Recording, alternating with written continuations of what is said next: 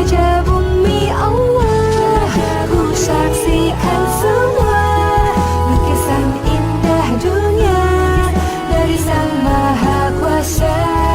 Jaga bumi Allah yang mencipta semua, tertukuku mengagungkan kebesarannya. Menutup aib sangat dianjurkan di dalam Islam. Bahkan larangan mengumbar aib, kekurangan, kejelekan seseorang menjadi salah satu penyebab turunnya ayat suci Al-Quran. Salah seorang sahabat Rasulullah SAW bernama Salman Al-Farisi radhiyallahu anhu. Beliau biasanya setelah makan punya kebiasaan tidur kemudian mendengkur. Lalu perbuatan Salman Al-Farisi ini kemudian dipergunjingkan oleh orang-orang yang mengetahui perilaku Salman, sehingga akibatnya aib atau kekurangan dari Salman Al-Farisi ini tersebar luas. Maka atas kejadian ini turunlah ayat suci Al-Quran dalam surah Al-Hujurat ayat ke-12. Allah Subhanahu wa taala berfirman, A'udzu billahi minasyaitonir rajim. Ya ayyuhalladzina amanu ijtanibu katsiran minadh-dhann inna ba'dadh-dhanni itsm wa la tajassasu wa la yaghtab ba'dukum ba'dha ayuhibbu ahadukum an ya'kula lahma akhihi maitan fakarihtumuh wattaqullah innallaha tawwabur rahim. Yang artinya, hai orang-orang yang beriman, jauhilah kebanyakan prasangka atau kecurigaan, karena sebagian dari prasangka itu adalah dosa. Dan jangan cari-cari kesalahan orang lain, juga jangan menggunjingkan satu sama lain. Adakah seseorang di antara kamu suka memakan daging saudaranya yang sudah mati? Maka tentu kamu merasa jijik kepadanya. Bertakwalah kepada Allah Subhanahu wa taala, sesungguhnya Allah adalah penerima taubat lagi Maha Penyayang.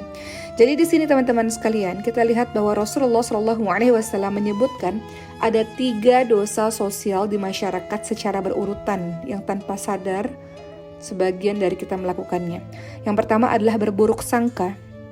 Kedua adalah tajassus atau cari-cari kesalahan orang. Dan kemudian ketiga adalah ribah atau membuka aib atau membicarakan kejelekan orang lain. Jadi berawal dari prasangka yang tidak pada tempatnya alias suuzon, prasangka buruk. Setelah itu biasanya akan dilanjutkan dengan tajassus, cari-cari kesalahan, mencari informasi apakah prasangka kita benar atau salah. Setelah itu kemudian biasanya kita akan mulai ribah atau membuka aib orang lain.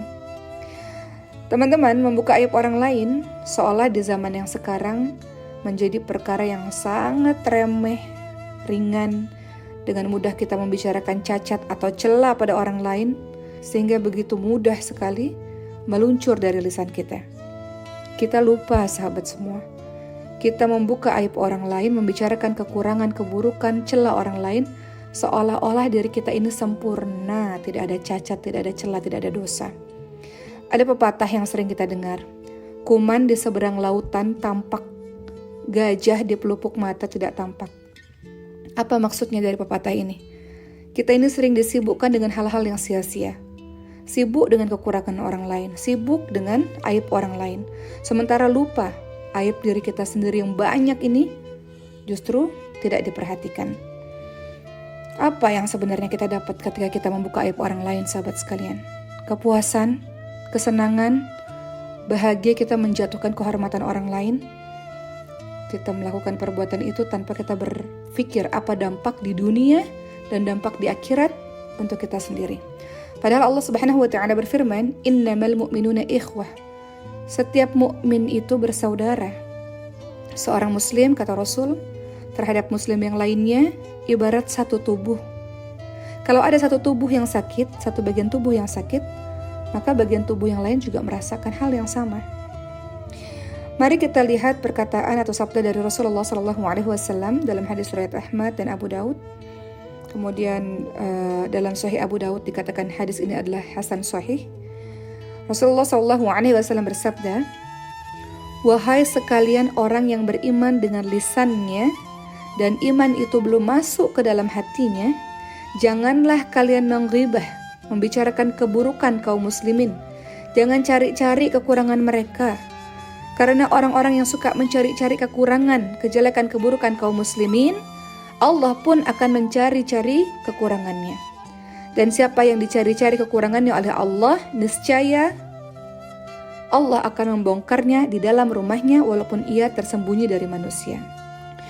Jadi teman-teman sekalian, kita membuka aib orang lain, maka diri kita yang juga punya banyak sekali aib ini pun pastinya akan dibuka oleh Allah Subhanahu wa taala.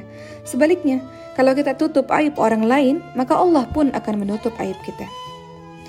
Orang-orang selama ini senang pada kita, kenapa teman-teman sekalian? Karena Allah telah menutup aib-aib kita di depan mata manusia. Kalau Allah buka, maka orang tahu betapa kotornya diri ini, betapa menjijikkannya diri ini. Maka kalau engkau ingin Allah menutup aibmu, maka tutup aib orang lain. Rasulullah SAW bersabda dalam hadis riwayat At-Tirmidzi, sahabat sekalian. Rasulullah SAW bersabda, "Wa man satara 'ala muslimin fid dunya, satarallahu 'alaihi fid dunya wal akhirah." Yang artinya, barang siapa yang menutupi aib seorang muslim sewaktu di dunia, maka Allah akan menutupi aibnya di dunia dan di akhirat. Saya teringat sahabat sekalian tentang perkataan dari seorang ulama salaf. Beliau berkata, "Aku mendapati orang-orang yang tidak memiliki celah atau tidak memiliki kekurangan, lalu mereka membicarakan aib manusia, maka manusia pun menceritakan aib-aib mereka. Aku dapati pula orang-orang yang memiliki aib, namun mereka menahan diri dari membicarakan aib manusia yang lain, maka manusia pun akan melupakan aib mereka." Teman-teman sekalian, kita lihat bahwa manusia ini terbagi menjadi dua. Pertama, orang yang kita tidak pernah lihat, tidak pernah tahu bahwa dia berbuat maksiat. Jadi kalau kita lihat orang yang salih ini, suatu ketika tergelincir dalam kesalahan, maka kita tidak boleh menyingkap atau menceritakannya, karena ini termasuk ghaibah. Jangan kita menyebarkan kejelekan di kalangan orang-orang yang beriman. Teman-teman lihat dalam surah An-Nur ayat 19, Allah Subhanahu wa taala berfirman, "A'udzu billahi minasyaitonir rajim. Innal ladzina yuhibbuna an tashi'al fahishatu fil ladzina amanu lahum 'adzabun alim fid dunya wal akhirah. Wallahu ya'lamu wa antum la ta'lamun." Yang artinya, sahabat sekalian, sesungguhnya orang-orang yang ingin agar perbuatan yang sangat keji itu tersiar di kalangan orang-orang yang beriman, mereka mendapatkan azab yang pedih di dunia dan di akhirat.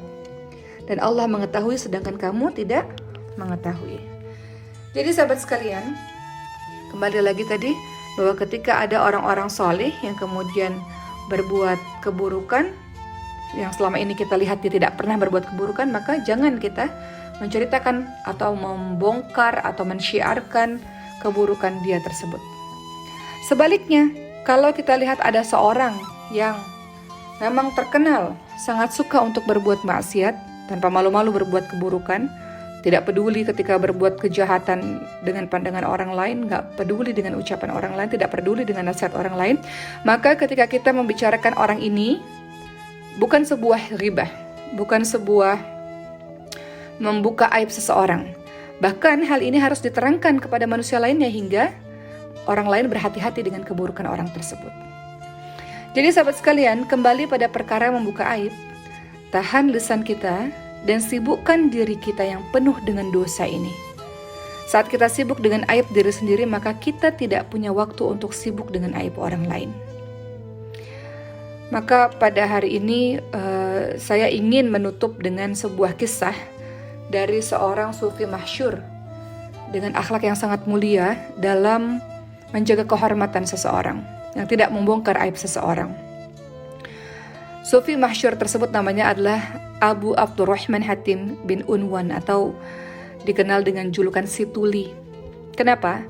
Jadi pada suatu ketika Hatim ini, seorang ulama yang terkenal ini, atau seorang sufi yang terkenal ini, pernah didatangi oleh seorang wanita. Wanita ini ingin berkonsultasi perkara agama kepada Hatim, kepada orang sufi yang bernama Hatim ini. Kemudian tiba-tiba wanita tersebut buang angin dengan suara yang sangat keras, teman-teman sekalian, hingga terdengar oleh Hatim. Tentu saja perempuan ini merasa sangat malu, merah padam wajahnya, merasa tidak sopan terhadap ulama yang sangat hebat di depannya. Maka ketika mendengar bunyi buang angin ini, apa yang dilakukan oleh Hatim? Tidak bereaksi apa-apa. Tidak ada perubahan apa-apa dalam raut wajahnya. Sampai perempuan ini dengan sangat malu berkata, "Sebetulnya saya ingin bertanya kepada Anda tentang suatu perkara." Kemudian Hatim pun berpura-pura tuli. "Ada apa, Bu? Ada apa, Bu?" Sampai kemudian Sang wanita tersebut mengeraskan suaranya, lalu Hatim mengatakan, ada apa? Saya tidak bisa mendengar karena saya tuli. Kemudian teman-teman sekalian, perempuan tersebut pun menjadi lega karena mengira Hatim itu benar-benar tuli. Maka sejak kejadian itu, Hatim menjadi orang yang pura-pura tuli demi menjaga perasaan sang perempuan, sehingga ia pun dijuluki sebagai si tuli. Maka gelar si tuli ini dinisbatkan kepada Hatim selama 15 tahun demi melindungi martabat perempuan tersebut. Inilah sahabat sekalian, bagaimana sikap seorang muslim dalam menjaga kehormatan saudaranya sendiri. Jadi sahabat sekalian, kita tidak perlu bercapek-capek memikirkan aib orang lain atau bahkan menceritakan aib saudara kita di hadapan orang lain. Kita berkonsentrasi kepada aib kita sendiri. Aib kitalah yang paling tahu. Adapun aib orang lain kita tidak pernah tahu mengenai seluk-beluk hati mereka. Anggap diri kita selalu lebih rendah daripada orang lain sehingga kita tidak punya kemampuan, tidak punya kuasa, tidak punya hati untuk membuka aib orang lain. Kita akan mendengar bagaimana perkataan dari Abdullah Al-Muzani. Beliau mengatakan, jika iblis memberikan was-was kepadamu bahwa engkau lebih mulia dari muslim lainnya, maka perhatikanlah. Jika ada orang lain yang lebih tua darimu, maka seharusnya engkau katakan, orang tersebut telah lebih dahulu beriman dan beramal solih dariku, maka ia lebih baik dariku. Tapi jika ada orang lain yang lebih muda dari kita, maka seharusnya kita katakan, aku telah lebih dulu bermaksiat dan berlumuran dosa, serta lebih pantas mendapatkan siksa dibanding dirinya, maka ia sebenarnya lebih baik daripada aku. Begitulah teman-teman sekalian, kita senantiasa menganggap diri kita lebih rendah daripada orang lain, sehingga tidak mampu untuk membuka aib orang lain, tidak sampai hati untuk membuka aib orang lain. Yang harus kita ingat sekali lagi adalah bahwa kita sibuk dengan aib diri kita sendiri, dengan kesalahan diri kita sendiri. Umar bin Khattab radhiyallahu anhu pernah mengatakan, hisaplah dirimu sendiri terlebih dahulu teman-teman sekalian, sebelum nanti kita dihisap oleh Allah Subhanahu wa taala.